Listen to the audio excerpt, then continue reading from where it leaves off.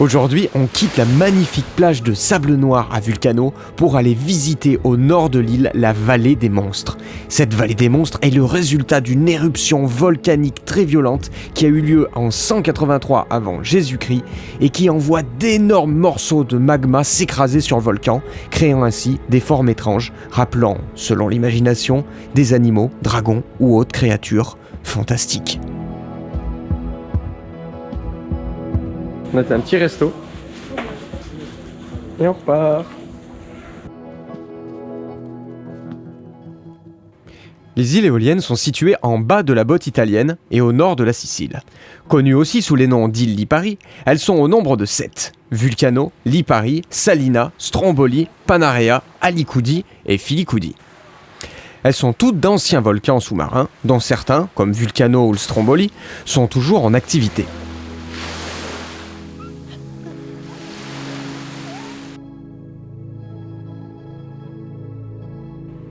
Vulcano est un des volcans les plus dangereux de la Terre et ses éruptions considérées comme les plus violentes.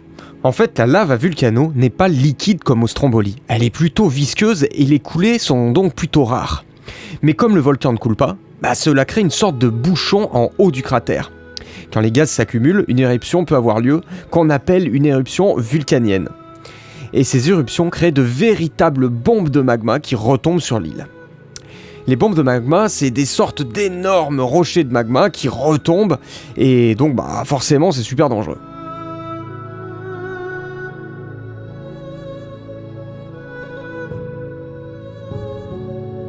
Et si je vous raconte tout ça, c'est parce que justement on se dirige au nord vers Vulcanello. En 1883 avant Jésus-Christ, Vulcanello entre en éruption, une éruption particulièrement violente où des bombes magmatiques retombent sur le volcan.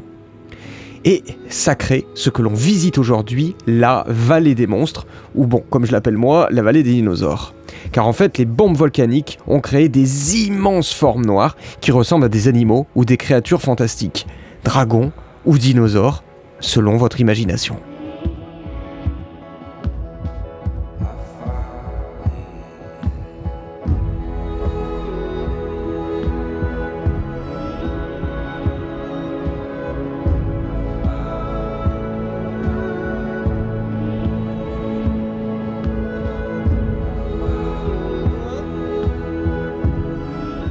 Et comme vous le savez, je parle parfaitement pas italien, et moi j'avais compris que la balade pour y aller était courte et tranquille.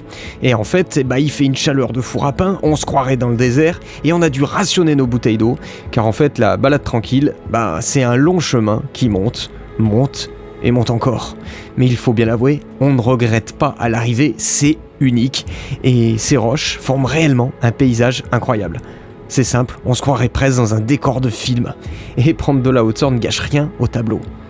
On voit le volcan dans son entièreté, ainsi que la petite langue de terre qui relie Vulcanello à Vulcano.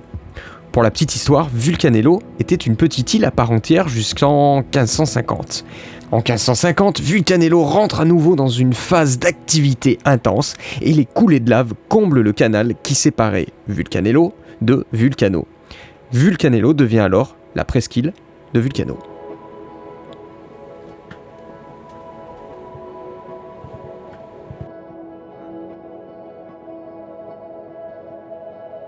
Ça y est, on vient de visiter toute cette vallée. Alors franchement, la montée était assez rude parce que c'est au soleil, on a chaud.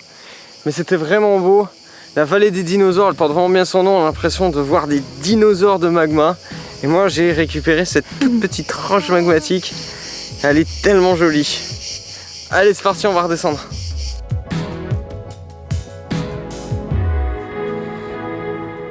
Et effectivement, c'est le moment pour nous de redescendre. Non sans peine parce que franchement, déjà, on avait plus beaucoup d'eau, d'une.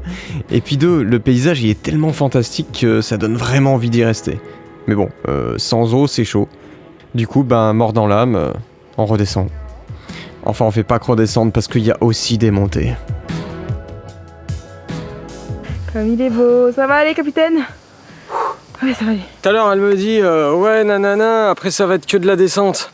Ah pas du tout hein. C'est vallonné comme ça. Le trans d'eau, comment ça se passe? J'aime toujours pas les montées putain. Il est au bord de la mort là. Je vous l'ai déjà dit, ça les montées, je sais pas pourquoi. Ouais. Je suis résistant, mais alors là, il monte pas du tout. Il est mort. Ah là, c'est pas possible. Il tue. Pendant qu'on redescend, nous on se retrouve demain à 18h pour la prochaine vidéo. N'hésitez pas à vous abonner pour ne pas la manquer. Et puis pour tous ceux qui ont envie d'apprendre à naviguer, on a créé une super formation en ligne qui démarre des bases pour ceux qui ne sont jamais montés sur un bateau pour aller jusqu'à la préparation des traversées en pleine mer. On a aussi créé des guides et des coachings personnalisés. Vous les retrouverez sur notre site internet www.voiliercorail.com. On vous met le lien dans la description de cette vidéo. Je vous dis salut les copains et puis à demain, 18h.